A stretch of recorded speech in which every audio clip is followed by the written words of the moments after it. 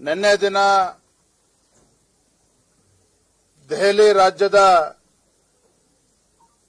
ವಿಧಾನಸಭಾ ಚುನಾವಣೆ ಮತದಾನ ಆಗಿದೆ. 60% ಮತದಾನ ಆಗಿದೆ. 9-10 ಸಮೀಕ್ಷೆಗಳು ತಮ್ಮ ಅಭಿಪ್ರಾಯ ವ್ಯಕ್ತಪಡಿಸಿದಂತೆ ಬಹುಶಃ 27 ವರ್ಷಗಳ ನಂತರದಲ್ಲಿ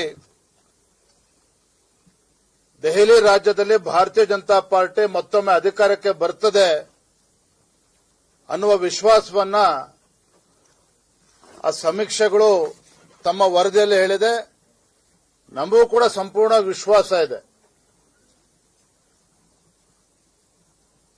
ಈ ಗ್ಯಾರಂಟಿಗಳ ಭ್ರಮೆನಲ್ಲಿದ್ದಂತ ಆಮ್ ಆದ್ಮಿ ಪಾರ್ಟಿಗೆ ತಕ್ಕ ಪಾಠವನ್ನ ರಾಜ್ಯದ ಜನರು ಕಲಿಸ್ತಾರೆ. ಭ್ರಷ್ಟಾಚಾರದ ವಿರುದ್ಧ ಆಂದೋಲನವನ್ನು ಮಾಡಿ ರಾಜ್ಯದ ಚುಕ್ಕಾಣಿ ಹಿಡಿದಂತ ಆಮ್ ಆದ್ಮಿ ಪಾರ್ಟಿಗೆ ತಕ್ಕ ಉತ್ತರವನ್ನ ನಿನ್ನೆ ನೀಡಿದ್ದಾರೆ. ಭಾರತೀಯ ಜನತಾ ಪಾರ್ಟಿ ಸ್ಪಷ್ಟ ಬಹುಮತದೊಂದಿಗೆ ಅಧಿಕಾರಕ್ಕೆ ಬರ್ತದೆ ಅನ್ನುವ ಸಂಪೂರ್ಣ ವಿಶ್ವಾಸ ನಮಗಿದೆ. ಬಜೆಟ್ನ ಬಗ್ಗೆ ಪ್ರತಿಕ್ರಿಯೆಯನ್ನ ರಾಜ್ಯದ ಮುಖ್ಯಮಂತ್ರಿಗಳು ಕೂಡ ನೀಡಿದ್ದಾರೆ. ನಾನು ಗಮನಿಸ್ತಾ ಇದ್ದೆ. ಸಹಜ, ಯಾಕಂದ್ರೆ ಅವರಿಂದ ಕಾಂಗ್ರೆಸ್ ಸರ್ಕಾರದಿಂದ ಅಥವಾ ಸಿದ್ದರಾಮಯ್ಯನವರಿಂದ ಕೇಂದ್ರದ ಬಜೆಟ್ ಬಗ್ಗೆ ಒಳ್ಳೆ ಮಾತುಗಳನ್ನ, ಒಳ್ಳೆ ಅಭಿಪ್ರಾಯಗಳನ್ನು ಕೇಳೋದಕ್ಕೆ ಸಾಧ್ಯ ಇಲ್ಲ. ಸಹಜವಾಗಿಯೇ ಅವರು ಟೀಕೆಗಳನ್ನ ಮಾಡಿದ್ದಾರೆ. ಆದರೆ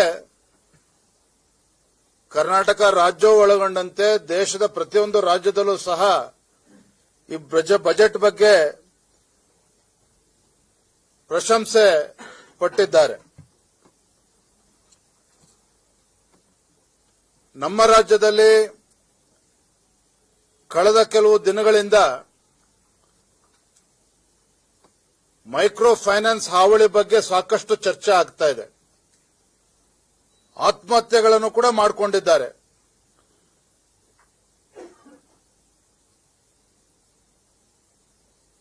ಈ ಮೈಕ್ರೋ ಫೈನಾನ್ಸ್ ಹಾವಳಿ ಮತ್ತು ವಸೂಲಾತಿ ದೌರ್ಜನ್ಯ ನಡೀತಾ ಇದೆ. ಇದರ ವಿರುದ್ಧ ಭಯಭೀತರಾಗಿ ಹಣವನ್ನ ಮರುಪಾವತಿ ಮಾಡೋದಕ್ಕೆ ಸಾಧ್ಯ ಆಗದೇನೆ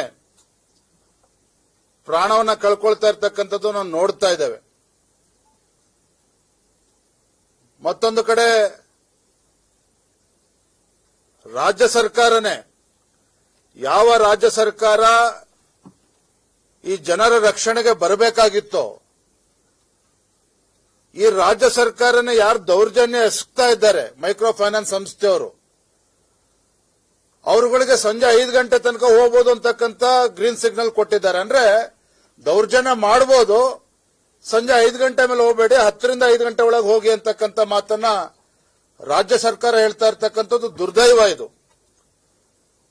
ಒಂದು ಕಡೆ ತಮ್ಮ ಗ್ಯಾರಂಟಿಗಳಿಂದ ರಾಜ್ಯದಲ್ಲಿ ಜನರು ಸಮೃದ್ಧರಾಗಿದ್ದಾರೆ, ಆಲ್ ಈಸ್ ವೆಲ್ ಅಂತೇಳಿ ಮುಖ್ಯಮಂತ್ರಿಗಳು ಅವರ ಸಚಿವ ಸಂಪುಟದವರು ಹೇಳ್ಕೊಳ್ತಾರೆ. ಮತ್ತೊಂದು ಕಡೆ ಹೊತ್ತು ಈ ಮೈಕ್ರೋ ಫೈನಾನ್ಸ್ಗಳ ಭರಾಟೆನಲ್ಲಿ ಇವರು ದೌರ್ಜನ್ಯದಿಂದ ರಾಜ್ಯದಲ್ಲಿ ಬಡವರು, ಮಹಿಳೆಯರು, ಕೂಲಿ ಕಾರ್ಮಿಕರು ಇವತ್ತು ತತ್ತರಿಸಿ ಹೋಗ್ತಾ ಇರ್ತಕ್ಕಂಥದ್ದು ಕೂಡ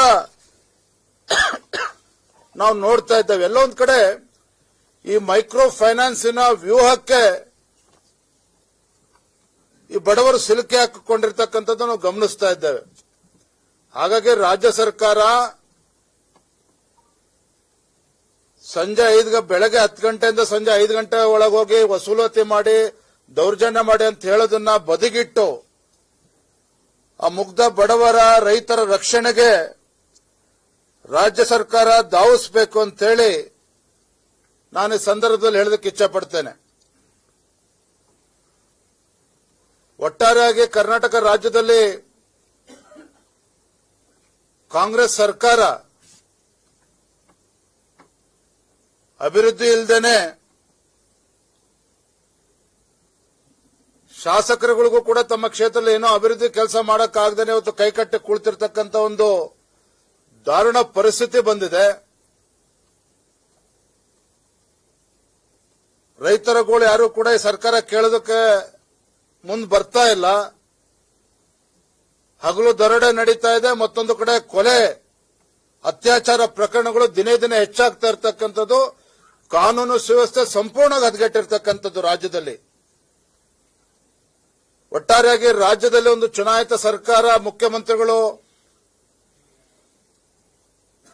ಇದ್ದಾರೆ ಅನ್ನೋದು ಇವತ್ತು ಇದ್ದಾರಾ ಅಂತ ಹೇಳಿ ಜನ ಪ್ರಶ್ನೆ ಮಾಡ್ತಾ ಇದ್ದಾರೆ. ಆ ರೀತಿ ಸರ್ಕಾರ ಎಲ್ಲವನ್ನೂ ಮರೆತು ರಾಜ್ಯದ ಅಭಿವೃದ್ಧಿನೂ ಕೂಡ ಮರೆತಿದ್ದಾರೆ. ಕಾನೂನು ಸುವ್ಯವಸ್ಥೆ ಕೂಡ ಸಂಪೂರ್ಣ ಹದಗೆಟ್ಟಿದೆ. ಈ ಸರ್ಕಾರದ ವಿರುದ್ಧ ಬೀದಿಗಿಳಿದು ಹೋರಾಟ ಮಾಡತಕ್ಕಂಥ ಪರಿಸ್ಥಿತಿ ಈಗಾಗಲೇ ರಾಜ್ಯ ಸರ್ಕಾರ ನಿರ್ಮಾಣ ಮಾಡಿಕೊಂಡಿದೆ.